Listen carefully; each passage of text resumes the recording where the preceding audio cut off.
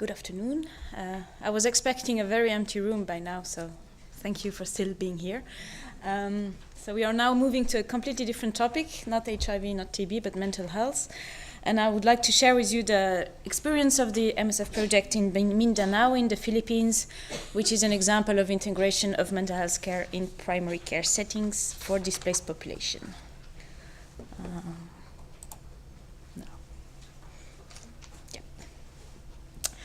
So, since decades, there's been a conflict in the Philippines, in the southern island of Mindanao, between the Moro Islamic Liberation Front and the armed forces of the Philippines, which led to regular displacements of the population. In August 2008, the peace agreement between the two fronts disintegrated again, which led to displacement of an estimated number of about 700,000 people who temporarily located in so-called evacuation centers, so temporary shelters, as can be seen here. So within this context, I would like to, in this presentation, to describe a model of mental health care, describe the patient characteristics and the outcomes of the patients who attended the services. MSF was present in the Mindanao Island between November 2008 and December 2010, with the aim of ensuring medical care for the displaced population through a system of mobile clinics for primary level healthcare, as well as direct support to the Ministry of Health rural health units. And after an initial assessment which showed high levels of distress among the displaced population, MSF included a mental health component to the program. So I'd like to try to describe the mental health program. In the community health workers were trained to identify patients with suspected mental disorders, and this was based on the definition of a patient with at least 2 unrelated somatic symptoms or unexplained somatic symptoms, also called MUPS, in which case they referred the patient to the mobile clinic. And the same system was in place in the rural health units, where a nurse or a doctor was also seeing patients. In the mobile clinic, there was another medical professional, nurse or doctor, who administered the SRQ-20, which I will explain a bit more in detail later on. But basically, it's a score who assesses levels of distress. If the score was less than 6, the patient was not referred, and if it was 6 or more, it was further referred to the mental health team. The mental health team, who worked also within the mobile clinics, consisted of 3 national psychologists, 1 psychologist supervisors, and 1 expatriate psychologist.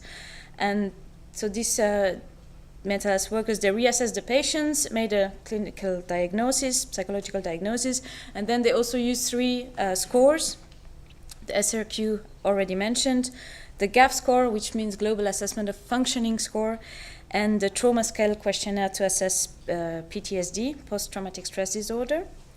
And in the same process, they also provided psychological first aid. If the patient was considered to suffer from a severe mental disorder, such as psychosis or schizophrenia or severe depression or epilepsy, he was further referred to more central level where psychiatric care was available. And if he was diagnosed with a common mental disorder such as mood disorder, depression, anxiety, PTSD, or acute stress reaction, then the patient was being followed up by the mobile clinic by the mental health team themselves, with follow-up visits about every 2 weeks until the team decided to discharge the patient. Just briefly, what is meant by psychological first aid. So it consists of psychoeducation, breathing and relaxation exercises, problem-solving counseling, and cognitive behavioral techniques. All this for the management of anxiety and depressive symptoms.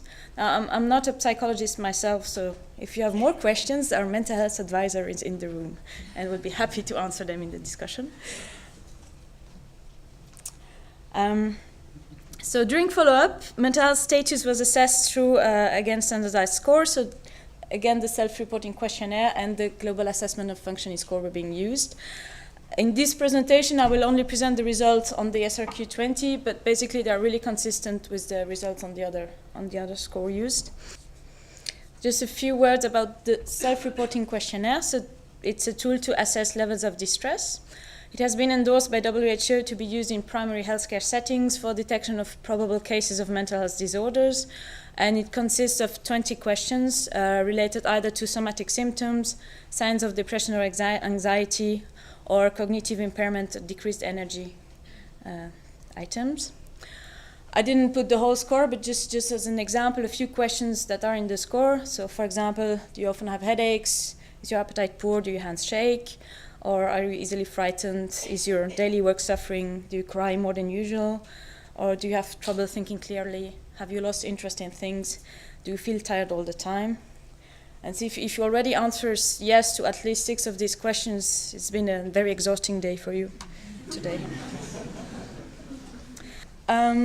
So between March and December 2009, the mental health team saw 962 patients.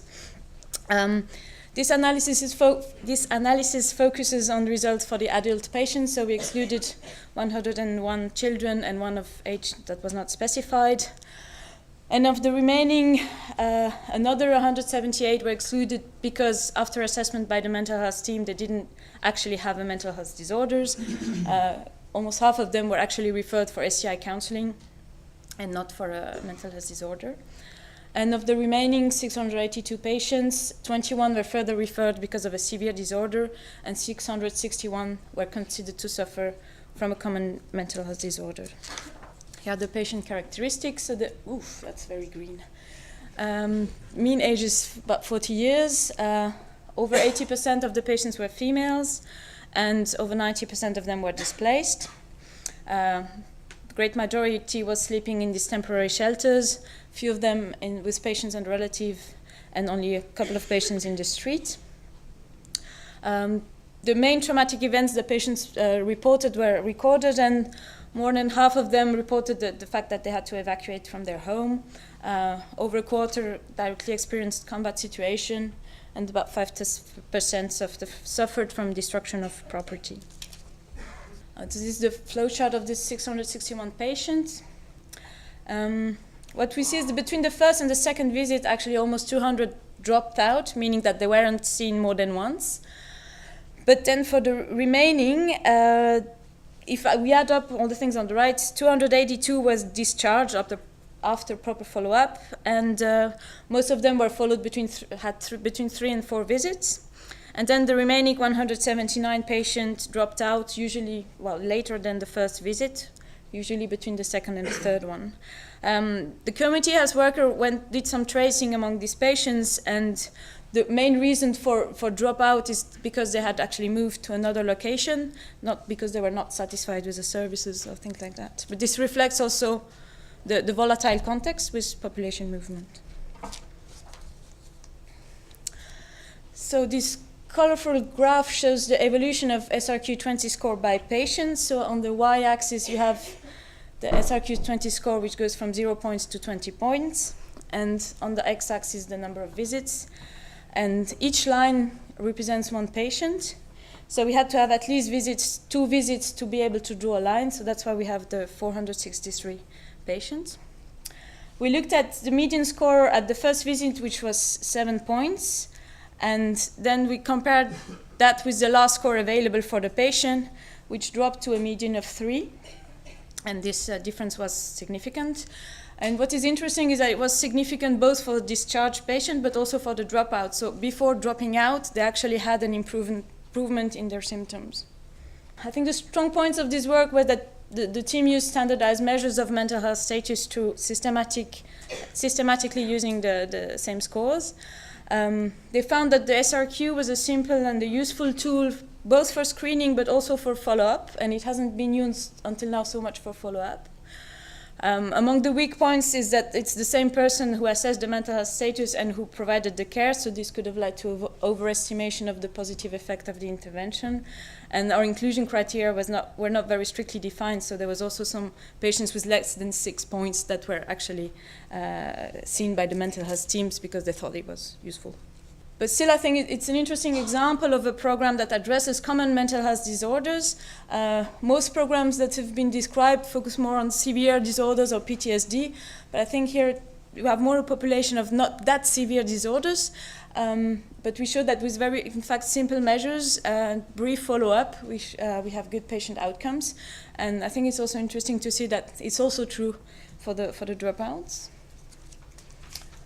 So in conclusion, we can show the feasibility and the success of implementing mental health care into primary care, even in an unstable context with a mobile population.